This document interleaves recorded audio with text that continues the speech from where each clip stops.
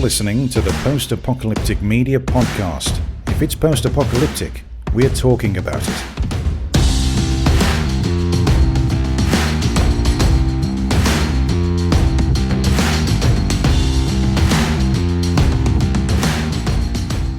Hello and welcome everybody to the Post-Apocalyptic Media Podcast. I'm Derek. I'm joined by Sean. Hey everyone. Stephanie. Hello. And we have our special guest today, Alex Knapp. Hey guys. We will get into full introductions for Alex and show you the cool new project he's been working on. But first, at the top of the show, we have some announcements. First of all, welcome back. We've been on a bit of a sabbatical, about 3 weeks for holidays and prepping for the apocalypse. And that's every day. Yeah, and especially recently, but every day. We're always 15 minutes from nuclear apocalypse, whatever that. Yeah. So we're close, but also they had to do stuff to my teeth, so I haven't been able to replace these with bionic teeth or anything yet. So fingers crossed for 2021. A few huge announcements here at the top of the show. First of all, I want to bring attention to our community. We are building a community on Discord. If you want to hang out with us, the people on this podcast, we're on Discord in the Post-Apocalyptic Media Discord server. We have links to that on our website. We're pushing it out to the socials. To be honest, social media is a little overwhelming, and we've got Facebook over here and Twitter over there and Instagram over here, and it just is getting out of control. We're looking to we're not going to abandon those places, but we're looking to kind of centralize where we're joining together as a community and chatting about post-apocalyptic stuff. So join us on Discord. And just check it out. No pressure. You don't have to say anything. You can just kind of be the creeper in the corner that's just hanging out. And we're gonna have a lot of fun over there. Also, big announcements. Right now, you should be watching Post-Apocalyptic TV. Right now. And by that I mean you've got The Stand, which is 4 episodes in, really good. Big Stephen King book. About the apocalypse. We've got Attack on Titan, final season, and honestly, I think it's the best season. Yeah, so good. We've got Expanse going on right now. We can argue on Discord over whether or not that's properly post-apocalyptic or fits in this genre, but it's going on and it's really good as well. And the most important one, in my opinion, Snowpiercer. Make sure you've set your DVR. Yeah. You're ready for it because it's going to be big, and I'm just really excited about it. So, those are TV shows. We've got one other announcement. Fallout: The Frontier is a mod for Fallout New Vegas, and it has been in the works for years. It's going to launch in 3 days. Actually, when you're listening to this podcast, it'll probably be the day that it launches. So Look into that. If you have a PC or a PC gamer, you have access to this Fallout New Vegas mod. Also, you have to own New Vegas and all of the every single one of the DLC. I don't know why, but that's just how it is. If I can get it to work correctly, I'm going to stream it probably this weekend. I think that'd be fun. That's a great idea. Yeah. Yeah, all right. Well, we're just going to go ahead and announce that you're streaming that this weekend. Yes. All right. You're committed now. All right. So without further ado, we have Alex here. Alex is and correct me if I'm wrong about any of this, you're the writer, director, and star of co-producer. Go, Don't Go. Yeah, all of the above, for better or for worse. So impressive. This is an indie film, correct? Yeah, Didn't get indie film, totally deep privately pockets. financed. through a few financiers and executive producers that we brought on board early in the project. Excellent. How long have you been working on this project? A long time. Yeah, I originally kind of had the inspiration and idea for kind of the skeleton of what would become Go Don't Go probably about 5 or so years ago. And kind of wrote a little short and a little outline, and then me and a few colleagues actually came up to upstate New York for a long weekend, and we filmed like a little sizzle trailer kind of thing. That was probably about 4 years ago, and that was something we used along with the script and a kind of a pitch packet to get investing and get other people involved in the project. And then we got the green light, and we started shooting probably about 2.5 years ago. We had a month to 6 weeks of kind of principal production, and we were in post-production for like a year and a half. And then we had the world premiere in a film festival at the San Francisco Independent Film Festival this time last year. And then got distribution, and here we are. Excellent. Well, let me say, watched that yesterday with Stephanie, and we loved it. So good. Thanks. So good. Yeah. It really had a lot of the kind of features that sometimes I miss when I'm watching independently produced movie. Like, it had great cinematography. The lighting was on point. The score was excellent. And the acting, by the way, really appreciated that. Yeah, awesome. I can't say enough good about it. And so on that pitch, where can people access your movie? Yeah, it just released Tuesday, January 12th, and it's available on iTunes, Amazon Prime, Vudu, Vimeo. It's on Google Play, Microsoft, PlayStation Store, and a bunch of cable on demand like Comcast, Verizon, Frontier. So it's pretty much everywhere. Oh, all right. What's the most lucrative way for people to access your movie? I think I've been told the most important way at this point upon release is like Amazon Prime, just because it has the most eyes on it, and it kind of has the best demographic and whatnot, and it's in most people's living rooms. So makes sense. I guess that's the one, Amazon Prime. Yeah. Nice. What I'm curious about is, you said last year at this time you had it was at the film festival. Yeah. And then, so did the pandemic play any part in going from there to here, or was it just kind of good timing? Yeah. Or what?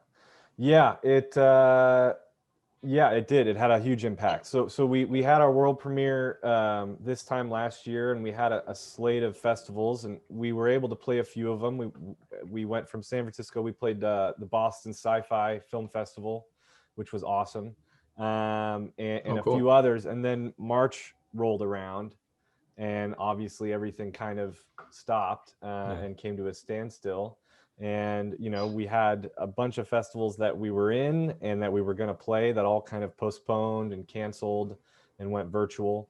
A few really big ones. The Manhattan Film Festival would have been huge for us, and we got into Berlin Sci-Fi, which is another really awesome big sci-fi film festival. But so unfortunately that kind of didn't work out for us, and there was a period where we were pretty worried, and things got a little dark for us, just thinking that we had kind of lost that momentum, and in March, April, May, no one knew what this was and how long this was going to go and how everything was changing. And so we definitely were a little bit down in the dumps and just thought, oh man, we just got kind of screwed here, and this is just bad timing for us. But luckily we were kind of still working the phones and the emails, and got connected through a colleague of ours. Kyle Greenberg at Circle Collective was helping us kind of navigate the film festival world, and he got us in touch with the people at Kamikaze Dogfight, who had a kind of a distribution partnership with Gravitas. and they saw the movie and they really liked it. And that was in kind of like June, July, August. We ended up inking a deal with them and got set up for the release here in the new year. So it definitely had a huge impact. It was pretty shitty at the start, and I think, you know, for a lot of people who were making stuff and trying to create things and trying to build something, it just kind of all got frozen. And we kind of got lucky and just kind of made it out the other end.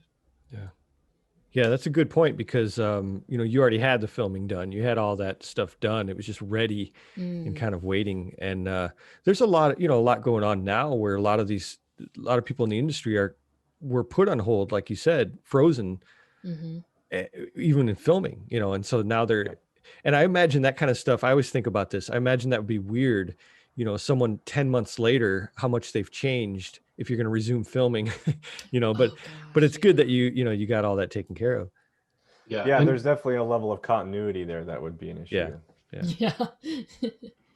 To add some context to Sean's question for our listeners, this is a movie that addresses solitude and the toll that can take on you, and it's something that we can, of course, you know, most of us relate to.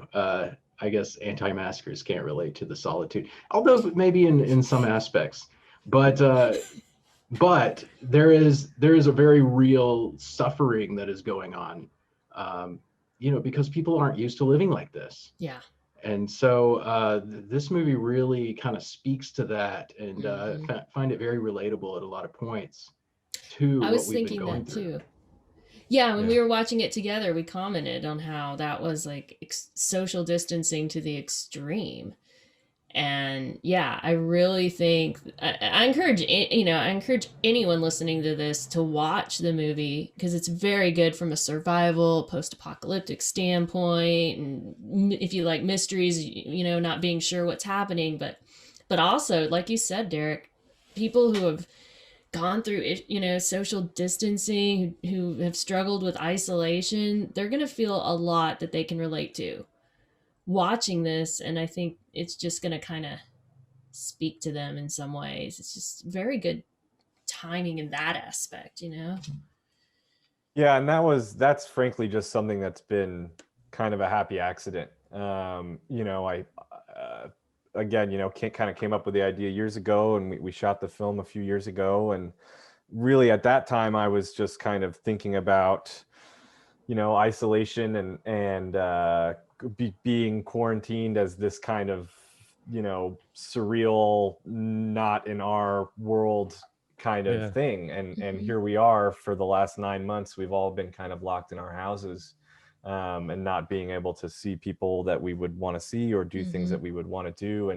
And so there's an element there that's just kind of more topical and relevant than I could have ever even planned on. And I think a lot of that maybe just points to the idea that a lot of these feelings too are things that are just kind of universal and are inside of us. And sometimes it takes a crazy life event situation like we're in now to have those things come to the surface and kind of recognize them more. Yeah.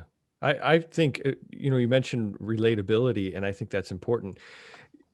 When I'm watching the movie and I see how, you know, how your character handles the apocalypse, I thought that was interesting, because I think that I would probably do the same thing. I would still do my normal stuff. You know, I would still, I mean, I don't know if I would go to work and clock in still, but, you know, but your character does that, and he's a mechanic. So he still works on cars and he still does these things. He even still calls himself to, you know, to make it seem like he's calling someone, saying your car, you know, I got to work on your car a little bit longer. Yeah, But I love that. he's actually calling himself and leaving a message on his own machine. And it's little details like that I love. And the whole light bulb thing, that caught me off guard, because it was great. You know, I saw he had, okay, so to explain a little bit, this isn't any kind of spoiler, I don't think, but, you know, he has a book of light bulbs that he goes around the neighborhood and he checks them off when they burn out, and he tests them all, and he has keys to all the houses. And then you see a little bit later, he has a graveyard, and you think, well, maybe that graveyard is the people from the houses. No, it's not. It's the light bulbs from the houses. You know, I mean, I don't think that's a spoiler, but I think that it's one of those things that you wouldn't expect it. You know, when you see it, you're like, oh, you know, it's just one of those little things. I love it. And there was elements there of like, I think people underestimate how like ritualistic we are as humans, and like how much of a routine we want. And Adam really, when there's no one around, he's trying to hold on to a sense of humanity and a sense of community. You know, it's like, if you were the last person alive and there's no more community, there's no more society, and there's so many of those things that make us feel human and connected to other people, but also kind of to ourselves.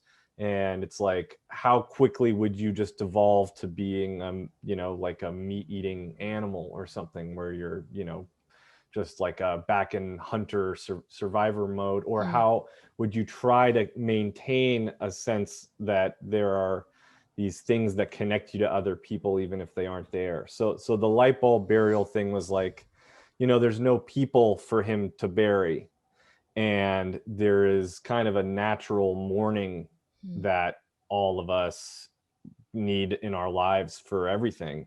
And that was one way for him. These light bulbs in these houses represent the people in the houses that have burned out, and him burying those is like just kind of a continual way for him to kind of mourn those people that aren't there. Yeah. Is Adam losing his mind in the film? Yeah, for sure. 100%. Yeah. I mean, he is. And I think, you know, again, it's like, at what point in isolation do, you know, I remember reading a study when I was writing the script of like, what's the quickest way to go insane? Like if you wanted to induce insanity into someone, and it's like sensory deprivation, sleep deprivation, isolation. Like lock them in a black box with no sound, no noise, no nothing, and don't let them sleep. And it's like 36 hours. You know, it's like people, the mind will just, within 36 hours, your brain will just start to create things and create a new reality to try to keep you alive, you know? And so there's an element of that, of just like, at what point in this kind of isolation do you start to, you know, it starts with talking to yourself and being paranoid and seeing things that aren't there, and it maybe turns into other things. And really this journey that we're with Adam on for, you know, really the movie just takes place over the course of a handful of days, really, you know, and this is kind of the tipping point of him going off the edge. You know, I like to think of it as like, maybe he's been living this way for a year or two, and here we enter the film right at this time where things start to kind of really spiral downhill for him. Which, by the way, I was just going to say, Sean, I have an idea for your next Twitch stream. Oh, okay. 36 hours. You want to watch me go insane live on Twitch? It might only take like 20 for me, I think. I think I'm pretty close. Oh my gosh. Yeah, we don't know how close you actually are.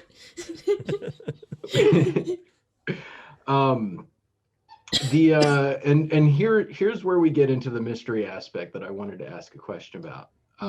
His girlfriend, clearly he experienced something with her that left him with a lot of baggage. The memory where she's being drug away, is that a real memory, or is that something in his insane mind that's metaphorical? Yeah. You know, in general, I think we definitely, as you can probably tell from watching the movie, we liked the idea of leaving quite a few things kind of opaque and up for interpretation. And so, you know, we play with this idea of his insanity and him being kind of a untrustworthy narrator.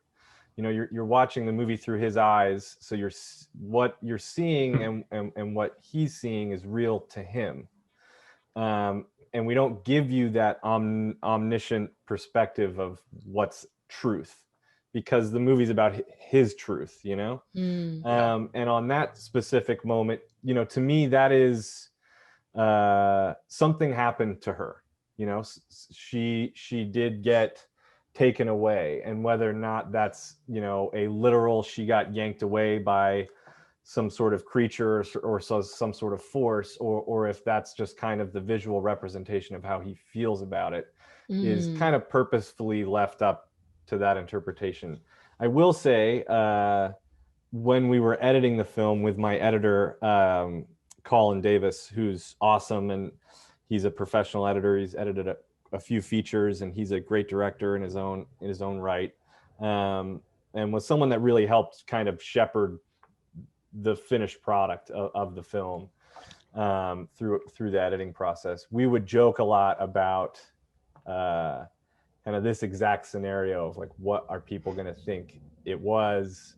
And for us, we would joke a lot about it being, we had a joke about giant crabs, like, oh, it's giant crabs that just kind of pluck people out of the air, or giant queen spiders that grab people and take them underground, and there's giant you know, spider webs in tunnels under the earth with all the people there. And so I think any of, or you know, or again, it's maybe just kind of a leftover situation where it's, you wake up one day and everyone's kind of gone, and that mystery of what happened to everyone is not necessarily ever resolved. Those are all valid to us. And maybe that to some people is like a cop out. It's like, well, which one was it? You wrote the movie, you should know the answer. I mean, I definitely have the ones that I think that I believed were maybe more true than others, that kind of allowed me to make the movie a certain way. But we like the idea of any of those are valid, you know. It's kind of like pick your poison. So yeah. Very George R.R. Martin type of approach and answer. So I appreciate that. He's a great storyteller.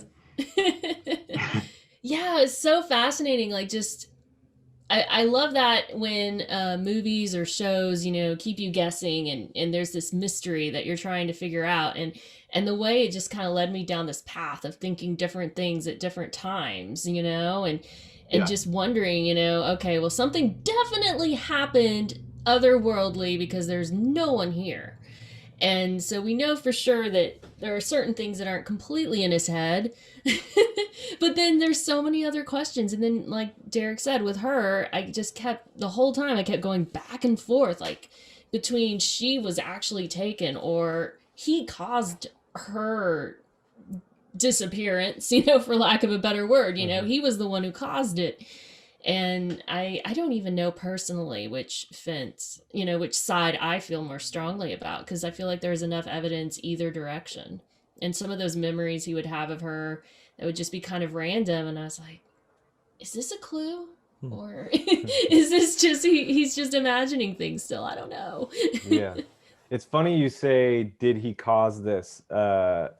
That phrase specifically, there was a version of that scene, that what we call kind of like the dream nightmare scene, an original version of that scene, and in the script actually had a song with lyrics to it. It's this song by the artist's daughter, and it's this kind of sad song that she's singing about kind of this essentially like a breakup that had been just kind of burned to the ground, and she ends the song by this phrase, and you caused this, and you caused this, and you caused this, as it kind of echoes out.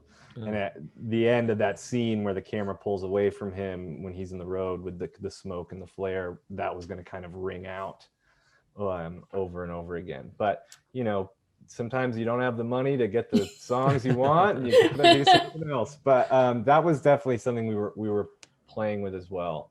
You know, what was his role in all of this, and how much can you trust him just giving you the explanation that, oh, she disappeared, she's gone. You know, and playing with that, you know, a little bit more, and then kind of as we go through the film, maybe calling some of his judgment into question, maybe, you know, he has done some things that are a little bit more nefarious or strange. Yeah, I know like Derek had a theory at one point that like he had seen, like he'd been confronted with the truth and couldn't handle it, and so he was preventing himself from finding it Yeah. again. And I thought that was an interesting theory too. It's just so many things. It's great. Yeah, I have so many theories. I'm like, Yeah. I Like, have a feeling that that's the purpose of this movie, you know, where it's like to see how many theories you can develop, and like you said, you flip flop back and forth. You say, okay, I know for sure he's the last man on Earth, and everyone else is gone. And then 5 minutes later, you're like, okay, maybe he's not. Maybe he's maybe he's Right? imagining all this, and then it flips. It just goes back and forth. And I think that's the main thing about this movie that makes it so great, I think. Yeah, no, and part of that, I mean, that's 100% true that was by design. And part of that is because when you make a movie that's 90 minutes long that stars one dude who doesn't really have anyone to talk to, you have to keep things interesting. And you have to find creative ways to push the story along and keep people engaged. And so I really liked playing with this idea of, you know, making you believe something, and then I'll subvert it with the next scene. Now you think this other thing, and now you're not really sure. And then I'll show you two other things that make you think it's this other thing, but then I'll show you that wasn't actually true. And you're going through that process the same way he is. You know, he's not sure what he's seeing, what's true, what's not true, what's happening in front of him. And that, you know, we just kind of just found that almost out of necessity to try to make this story be able to still be pushed along and be interesting, while it was, you know, a, you know, kind of a one person journey. yeah, and I like there is a clear theme that you develop with. I think I first got hint of it in the podcast when, you know, the podcast is talking about not living in the past. And you know, even from the beginning of the movie, he's hanging out in this small town fixing these, you know, these old cars that aren't impressive, and it's like, this guy needs to move on. You know, if you have the run of the earth, why are you going to stay in this little town and fix light bulbs? Like, but you know, and then it kind of grows into something more where we get the storyline with the girlfriend, and him having to let go. And even then, I loved how it didn't feel satisfying when he lets her go. You know, it's like the camera kind of stays on her for a moment, and she's just kind of there, and it's almost like when you really let something go, you really move on from something. You don't get this instant gratification. You're like, I accomplished it, I've moved on. You know, it's still kind of there lingering, and you've got to learn how to just move and not keep going back to it. Yeah, and he's definitely stuck, you know, in a lot of ways. And he's stuck in the past. He's stuck in the life that he thought he was going to have. He's kind of stuck in his ways and stuck in his habits, and that's a lot of kind of what the film and his journey is about. Is what is it going to take for this guy to kind of move forward and unstick himself a little bit. And sometimes the big shove comes from, you know, you going a little crazy and being faced with, you know, your own kind of demise, and that maybe is what it takes. And that podcast, we tried to kind of sprinkle these kind of subtle things and themes through that, and not everyone picks up on that podcast or even is able to kind of make out what he's talking about. But it's just kind of about nostalgia and being stuck in the past, and that happens to people even not in a apocalyptic scenario. You know, there's people who kind of find themselves stuck somewhere and for whatever reason kind of unable to move forward in their life, and also just kind of with the times and things like that. So Absolutely. Yeah, I think that's a universal message that just about every human being deals with the death of what they hoped their life would be, and sometimes it takes a long time. I mean, gosh, I know in my life there are things I didn't let go of for years, and it can be a paralyzing thing. It can undermine your progress in all other areas of life. So yeah, I think that's a really strong message. And now that you mentioned the nostalgia, I think about like all the nostalgic things in the movie, the old school style answering machine, and the CRT television, and all these things that made me feel like, oh, is this like in the early 2000s or something? Like when do I need to place this in the timeline? Yeah, I was wondering about that too. The timing, the timeline. Yeah, and it's funny because you brought up at the beginning of the show Fallout, that new Fallout mod coming out, and something like Fallout. I played Fallout 4 a few years ago, and I loved this, that it has this kind of timeless feel because it is futuristic, but there's so many old school things in it, and like mechanisms, and it plays with this, because it's like frozen in time and then fast forwarded into the future. So it's like you have these old steampunk machines, and things still run on carburetors, but you are hundreds of years in the future, and there's also laser guns or what, so it's like, I loved, something like BioShock 2 plays with that too. And there's this, and what that does is it creates this element of timelessness. Like it's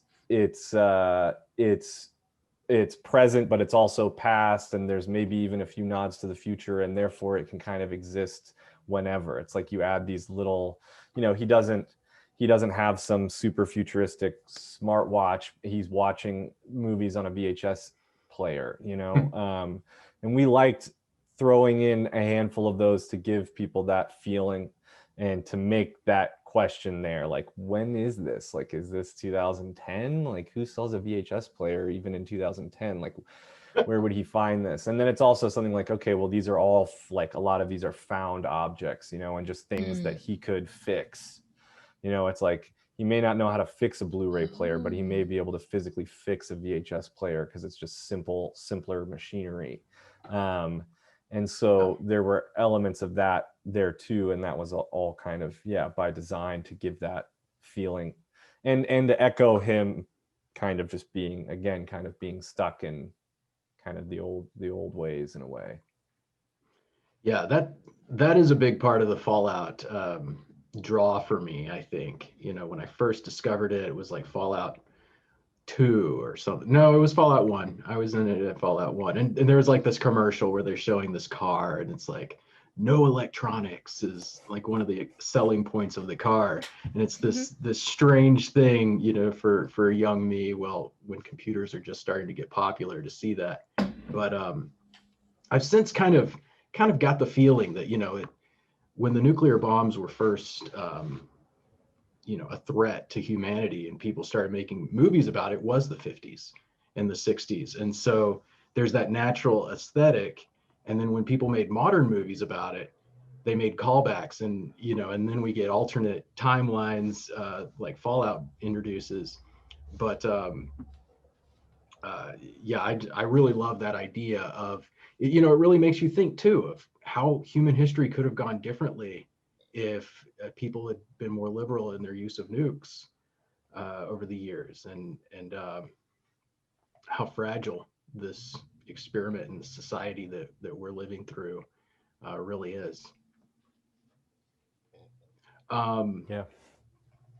Well, if there, without any questions, are there any other discussions related to the movie before we move to a new topic?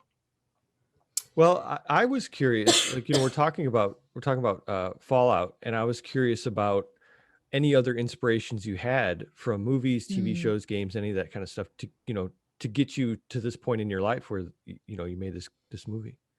Yeah, we had tons of inspirations, and that kind of a big log of references, specifically movies, kind of for like different aspects of the film. A big one for me was the movie The Rover.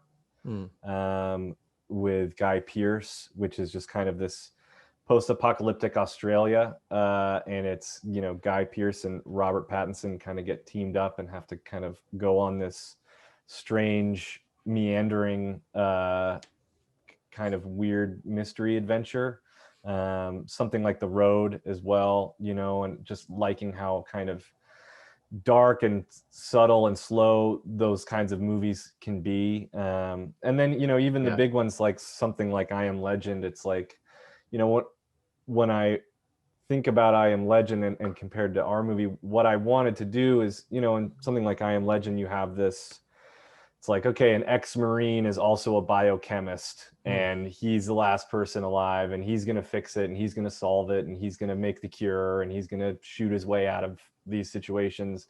And I thought, okay, well, what if that had happened and the last person alive is just kind of a shy dude who doesn't have a plan, and he's not going to fix it, and he's not, wouldn't even know where to start. Like, he hasn't seen all the post-apocalyptic movies. He's not like some like trained survivalist. Like, he's not prepared for this, and he's much more concerned with just like not killing himself and not like going insane, and just thinking about this girlfriend that he will never see again and the life that he'll never have.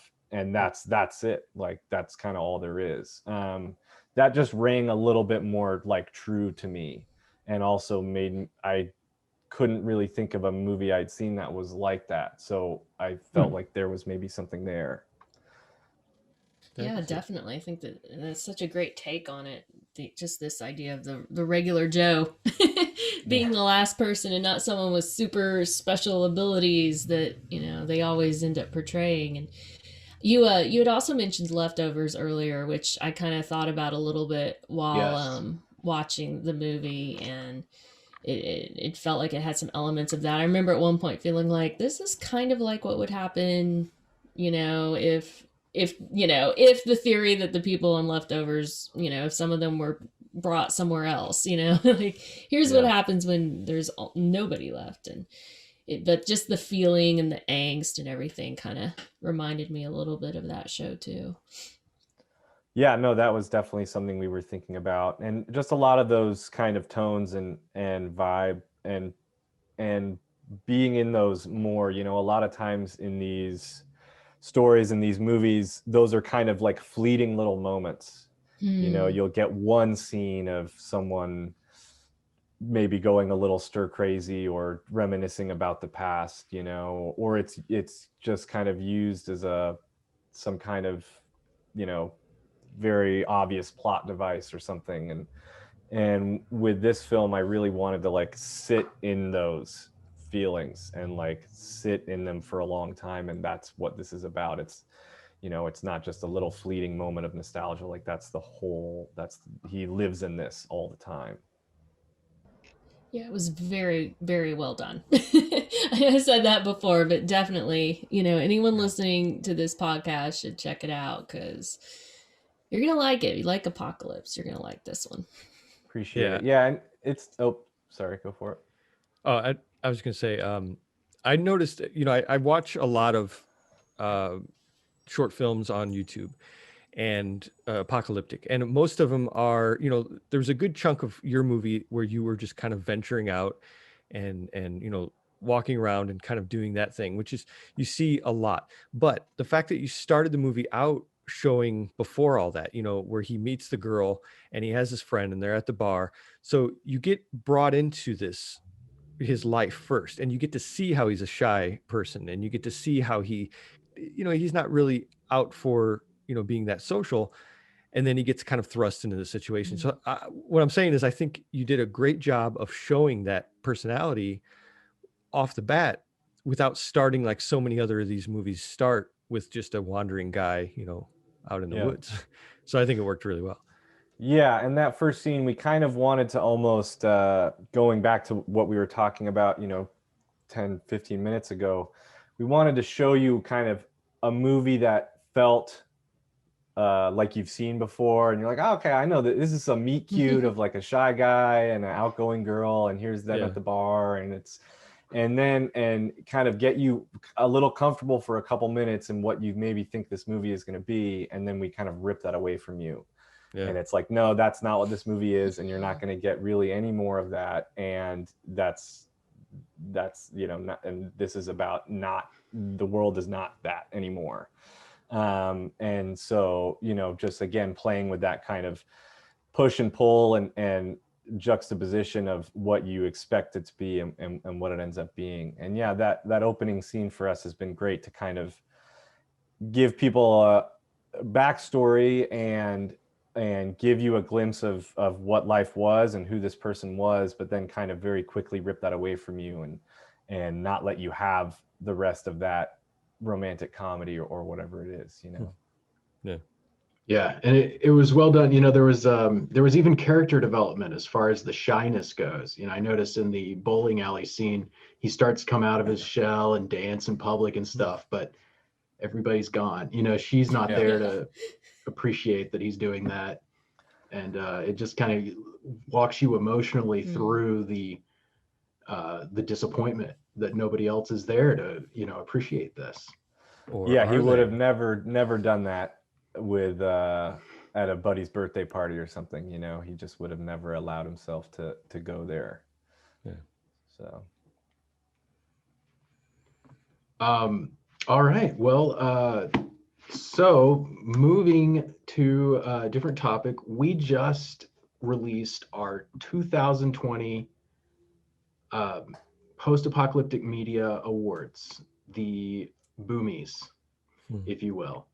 And we chose the top show of the year, and it was a contentious decision, I would say. There was no consensus at the offices of post-apocalyptic media, but I want to get your take, Alex. I'm going to give you 5 shows. You tell me which one was your favorite. okay, I'm ready. Snowpiercer, Raised by Wolves, Brave New World, The Stand, Walking Dead World Beyond, Adventure Time Distant Lands.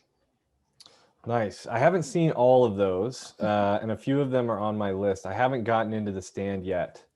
And so out of the ones you've mentioned that I've seen, it would probably be Snowpiercer. I like the feature quite a lot, and it's such a kind of interesting new take on kind of a post-apocalyptic world, in the way that the movie I thought was just incredible, the way it, as just like of a structural, thinking about like being a screenwriter and stuff and how you would structure a movie, and like it's so video game-esque in like the levels of the train car that you're moving up, and the different almost like boss battles and elements to it there, and how it's kind of such a linear progression, and it just kind of works so well there. And I was super interested to see how they were going to kind of take that part of the movie and add that to the show. And they didn't, obviously didn't do it one-to-one, and you have to kind of expand that story to a whole season arc or multiple seasons. But I love how contained it is, and I think that's kind of a super interesting kind of take on it. Like even like with my movie, it's like you have all of the world and all of the space, and we really play with that amount of vastness and space. And something like Snowpiercer is kind of the opposite. It's like they're on this train and that's it, and you can move forward and backward, and that is it, so that would be my choice. Yeah, the fragility of the human race in Snowpiercer is such a great selling point. And the movie I had mixed feelings with. One little thing can kind of sour me on something, and wasn't satisfied with the ending of the movie. But I think that was by design. I think that they want me to be unsatisfied with the way things ended up. But with the TV show, they've really found a way to pull me in and to bring those ethical quandaries to the forefront. in a way that is accessible to a lot of different ideologies probably approaching the show, and not really give us the right answer. And I appreciate that. I like that moral gray, questioning, searching part to Snowpiercer. So all right. Well, Snowpiercer wasn't my vote, but It's very good. but the consensus is clearly in favor of Jennifer Connelly and Snowpiercer in general. Sean, do you have a topic that you have lined up for this week?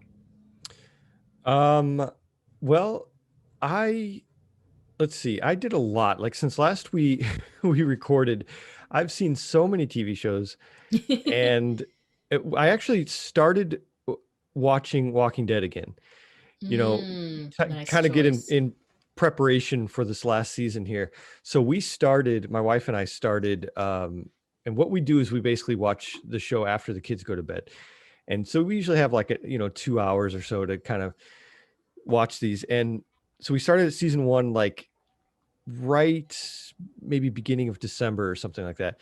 And we're already midway through season 7. We can't stop watching. Like we sacrifice sleep to watch more of this. We're really getting back into it. And it's funny because we're right at that part where they bring in Gabriel or Ezekiel, and then they bring in Jesus, the Jesus guy. And this is where we stopped watching it last time, because after Glenn, we stopped. We were like, we're not watching this anymore.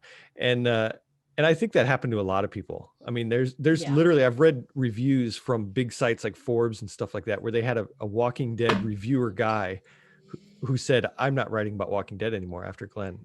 Really? Yeah. And Wow. so I think it happened to a lot of people. But anyway, so we're past that now, and we're healing, and and we're watching we're about midway through season 7. And I think once we get past this, I hear, because we never watched, we're in new territory now. This is new frontiers. So once we get past this, I hear that it gets a lot better in season 8. So we're really looking forward to that.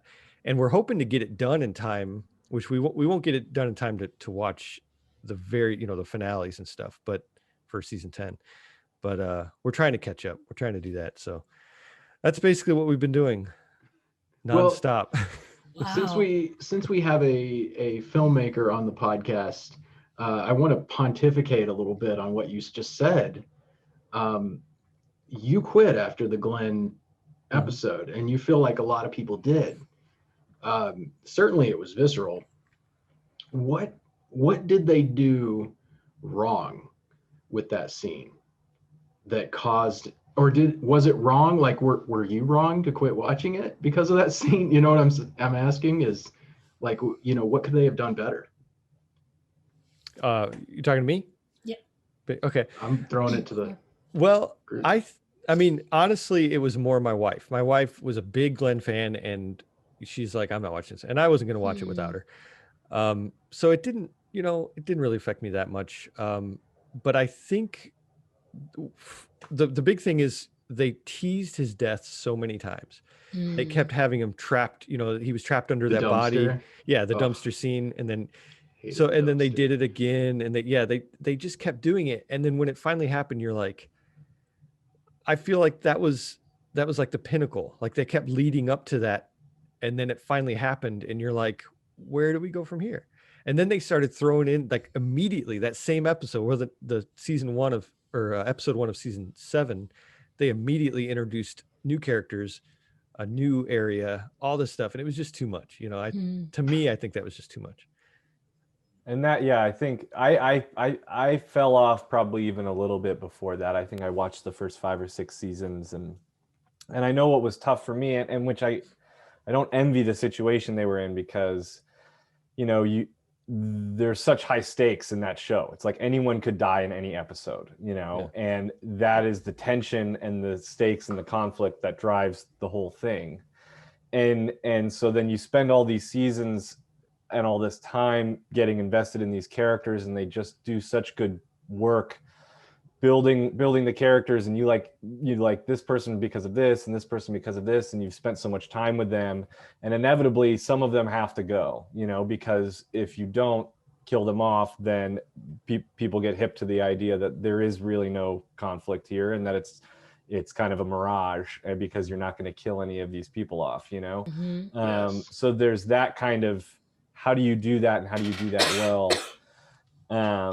And then so it's like also kind of like the boy who cried wolf kind of element of like, you tease all these characters' deaths so many times, and then you finally kill one, and it's kind of like all right, and so maybe you're a little bit dissatisfied or something, you feel like, okay, well, they finally killed the guy, so like that's it.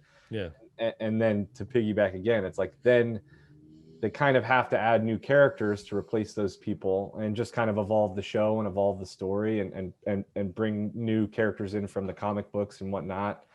But then you're kind of almost feel like you're stuck in this like, I have to do this all over again. Like I just went through 6 seasons of like loving these people, and they're dead, and like this show is hard to watch sometimes, and like now I have to do it all over again with these new people that I don't know. And so all of that together can sometimes just be like, all right, I can't do it. And I'll add, I think they did it in too episodic a way. The cyclical factor was there, because I'm comparing this to Game of Thrones, where when their characters die, it changes everything oftentimes, and you're pulled back in. Yes, you're repulsed that you just followed this person and you were rooting for them, and now they are dead and everybody they love is dead, but you're pulled in by the mystery of what's going to emerge from this. Whereas The Walking Dead has fairly consistently killed characters that don't change everything, or it's the villain that you're just expecting, this cycle to complete, and the villain gets canned. So with Glenn, a lot changed, but at the same time, it was kind of this cyclical, well, now we know who the new villain is, how are they going to beat this one, kind of a situation. But I like that. I like what Negan represents. I've always felt like the movie Seven Samurai, also the Magnificent Seven, and I think there's been more remakes of it. But it's the story of this little village, and there's bandits who are requiring money or food or something from them, and they hire some outsiders to come protect them. That's a relatable story in many ways, like throughout the history of humanity, but it's not relatable how it concludes.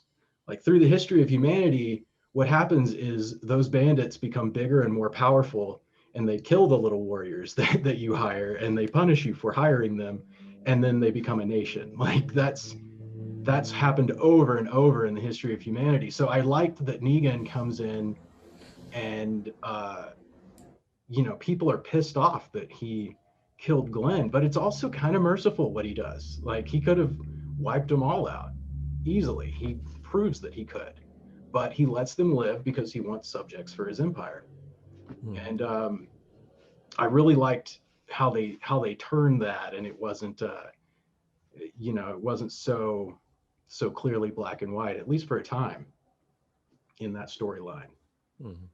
But I won't spoil it for Sean and how that ends up.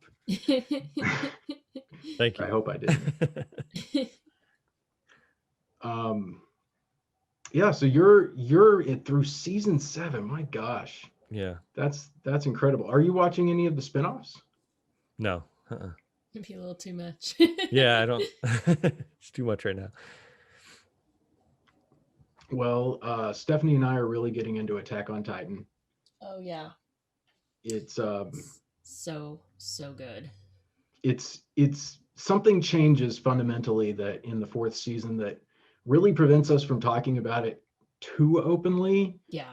For anybody who is going to watch it, it would really harm their enjoyment, I think, of the first 3 seasons.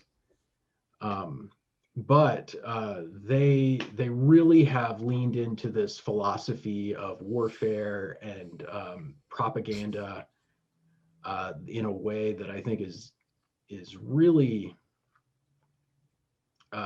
timely. Mm-hmm. Yeah. And I'll Yeah, put it that way. very timely. You can watch it all on Hulu, Attack on Titan. You can watch Walking Dead on Netflix, right? Yeah, it's also on. I think it's on Amazon. I'm trying to think which one we watch on Netflix, but it's on. There's even a Pluto station that plays it, just random episodes, like Pluto. the old days of live TV. So.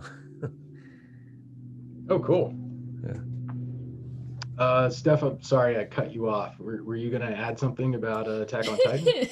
Oh, I can always talk forever about Attack on Titan, but but you're right. Like, there's not much we can really talk about specifically in the context of this podcast because we don't want to spoil anybody. But I've been writing articles, anime only articles, for people.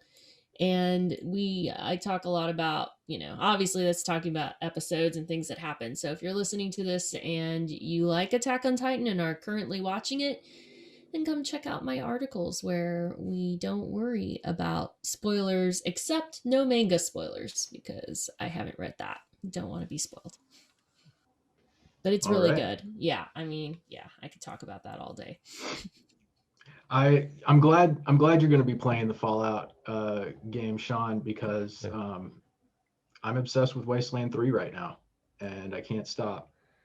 I'm like getting in there every moment I can, which isn't a lot. I'm so busy. I think we're all really busy. COVID. I'm busy just watching introduced... Walking Dead. Yeah, for real. Binge watching has become non-optional at this point in the lockdown. So I'm obsessed with Wasteland 3. Oh, by the way, everybody, I'd suggest not playing Cyberpunk yet unless you have a PC that can handle it. I recently redid my research and realized they haven't released the next gen version of it. So even if you have the next gen console, you're not playing the release for that console. You're playing an old gen release. Really? And that's part of why the graphics are such a problem for people. But even that's really buggy. If you have the old Xbox and you're playing that, it's buggy. So just a word of advice, maybe wait a little bit if you're a console only player. I have the PS5 and I just beat Cyberpunk. No. Everyone liked you up until this point. I know. Wow. I don't know if you want me to give a little review, but yeah. Yes, lay it on us. So yeah, I lucked into a PS5. I woke up and went to Walmart at 5 a.m, like 3 days in a row, and got some intel from a guy who worked there, and happened to snag one. Nice. About a month ago. It was like a week-long process of trying to get one. And then, we have obviously, like everyone, been very excited for Cyberpunk. I mean, the number one thing is, even on PS5, on PS5, the graphics are pretty good. If you're hooking it up into with like a high-speed HDMI cable into a TV that has like HDR or like a 4K TV, it still looks pretty good. I definitely can see what the next level would be. It kind of looks like, it's comparable to something like The Last of Us 2, where it's like this is the highest end of what a last gen game could kind of look like. It is comparable to what it looks like. But yeah, the game was just insanely buggy. Like I would say it would full crash on me probably about every 2 hours. No. Oh my God. So that's just miserable. having like 5 different save files and saving every 5 minutes, and just like before you enter or exit anywhere important, you're saving, and so that just kind of became part of the game experience. Like it would be a thing where like I'd be playing up till like 1 a.m. and the game would crash, and I'd be like, all right, that's a sign from God, like I'm going to bed. And I think obviously the aesthetic, to me, it's very similar to gameplay wise. It's actually very similar to something like Outer Worlds, which is by, I think, some of the same creators of the original Fallout game. I think it's a Obsidian Yes. game. And it kind of reminded me of that as far as like gameplay and how you are interacting with NPCs and a lot of the dialogue choices. So and so by extension, kind of similar to a Fallout in that way.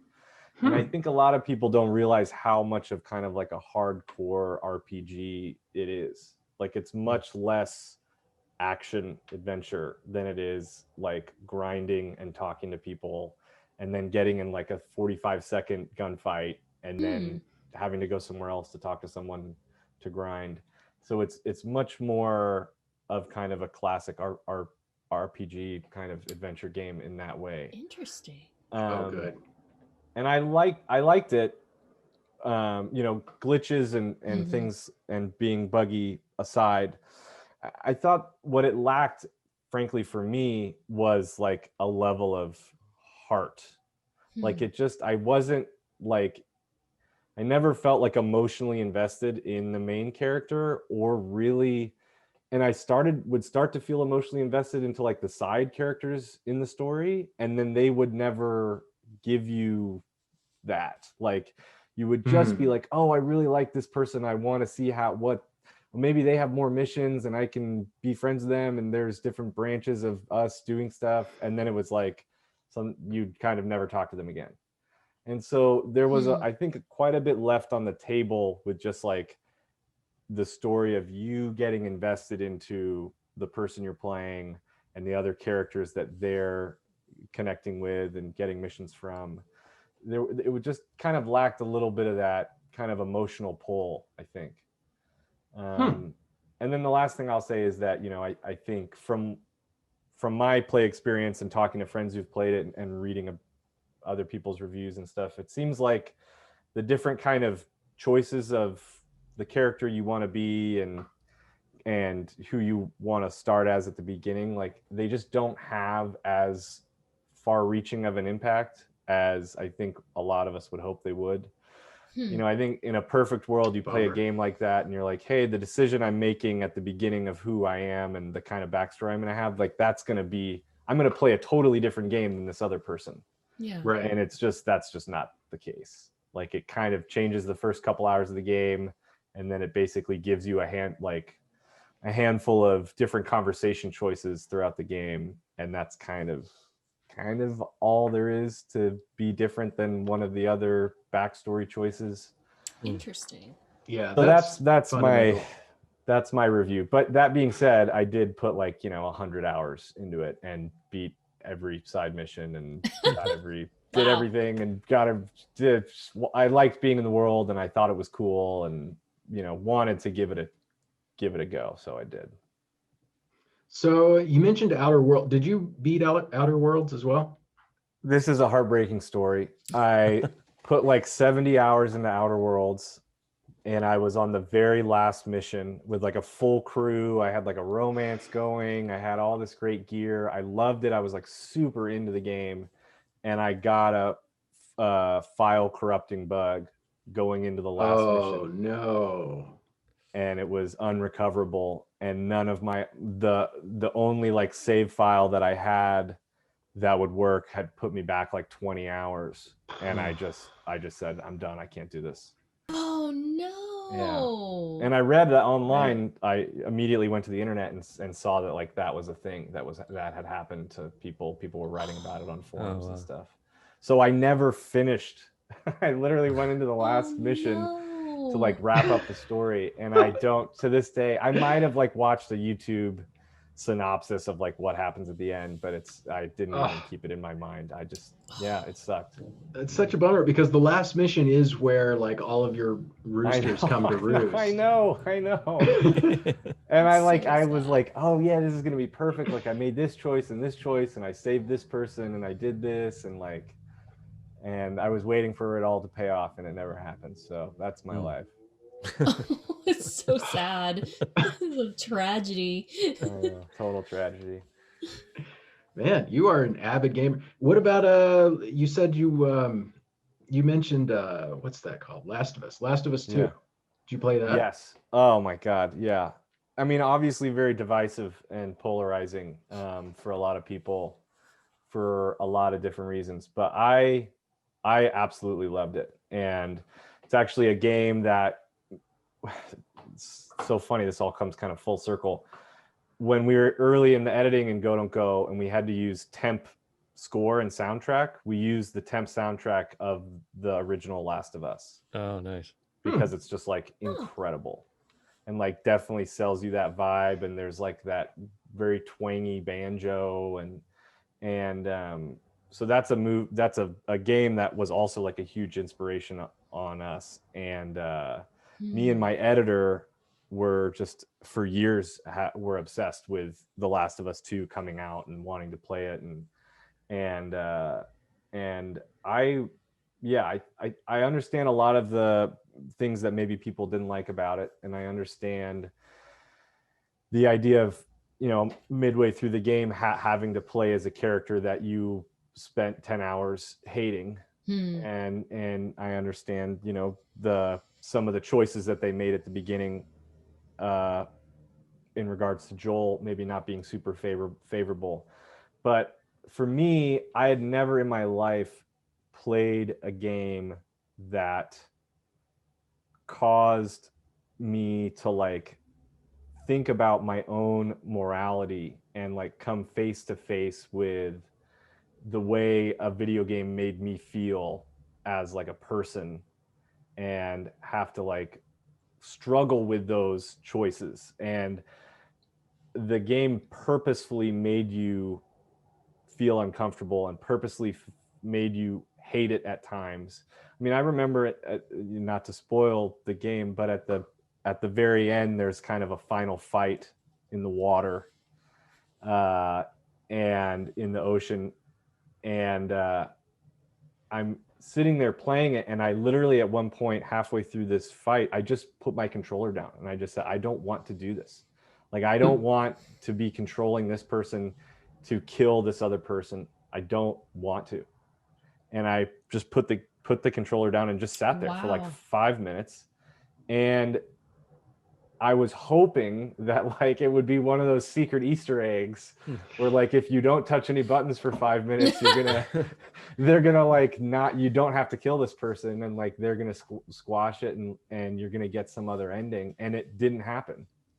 And it's sitting there, and the game's just sitting there being like, no, dude, like this is what this story is. Like, you have to pick this controller back up and you have to push these buttons, and you're going to have to do something you don't want to do here. And you have to deal with that. And I had like a really crazy, like emotional, visceral reaction to that whole kind of experience. And I thought it really just did some things that not a lot of games had kind of ever done to me, as far as just my connection and how kind of enthralled I was and that kind of push and pull. So, all right, so Last of Us 2 versus Cyberpunk. Oh, Last of Us 2 all day, every day. Yeah. All right.